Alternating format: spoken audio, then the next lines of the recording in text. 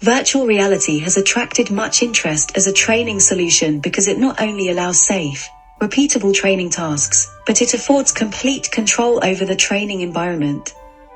A simulation can be used to augment the training task by varying task constraints, controlling feedback, or providing adaptive difficulty. Virtual reality has intuitive appeal as a training tool and has been implemented in a number of environments including sport, surgery, aviation, and rehabilitation. However, the use of VR in these environments raises questions about whether the current systems are sufficiently realistic to provide an effective training stimulus. With the exception of aviation, where there is a large evidence base, all of these areas have adopted VR simulations for training without the necessary evidence of the efficacy of the VR tool and the training effectiveness.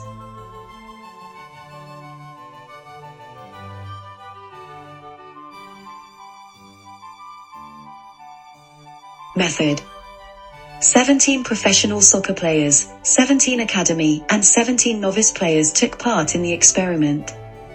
Professional players were recruited from the English Premier League, English Championship, English League One, American Major League Soccer, American National Women's Soccer League, and the English F. Women's Super League.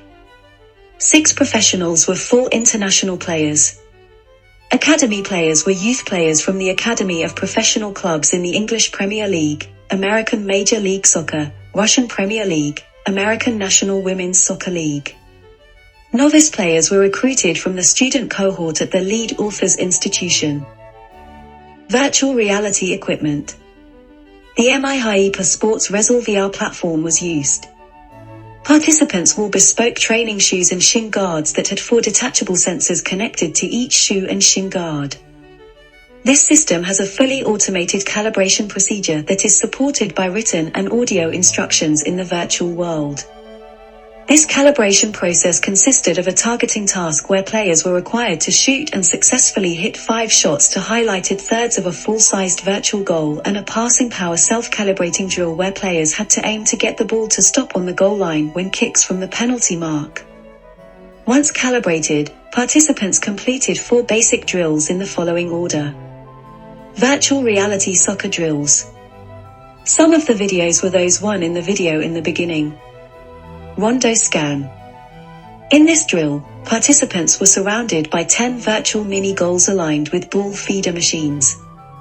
A ball was fired randomly at the participant from one of these ball feeders, and they then had to pass the ball into a randomly highlighted goal. Color combo.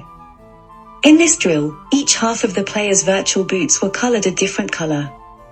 Colored balls were then fired out of 4 virtual ball feeder machines, and players had to intercept each ball with the matched colored part of their virtual boot. In addition, balls that were silver in color could be intercepted by any side of any foot and gave the player 3 points, and they would gradually increase in speed and number. Shoulder sums. In this drill, players were faced with 4 full-sized virtual goals with virtual ball feeders between each goal.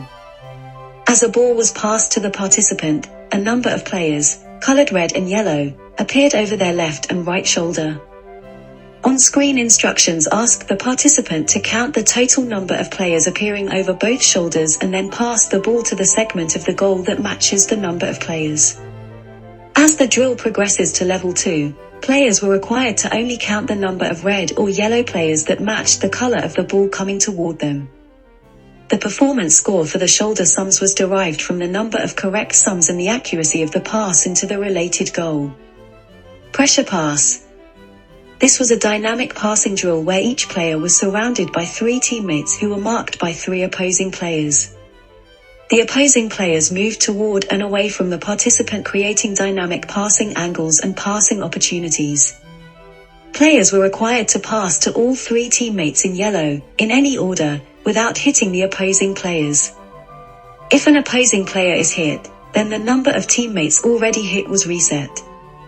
The performance score for the pressure passing drill was derived from the longest passing streak achieved and the accuracy of these passes. Testing lasted approximately 30 minutes per participant and was conducted in a laboratory or sports hall environment. For the professional and academy players, anonymized player data were taken from the cloud service of MIHIPA under the terms and conditions of their licensing agreement with the professional clubs. Results. The results of the showed a significant difference between groups, on scores generated by the VR platform. Performance scores. Professional players significantly outperformed novice and academy players on all but one of the VR soccer drills. There were no significant differences in performance scores between novice and academy players on any of the drills. No significant differences between players were revealed for the color combo drill. Process scores.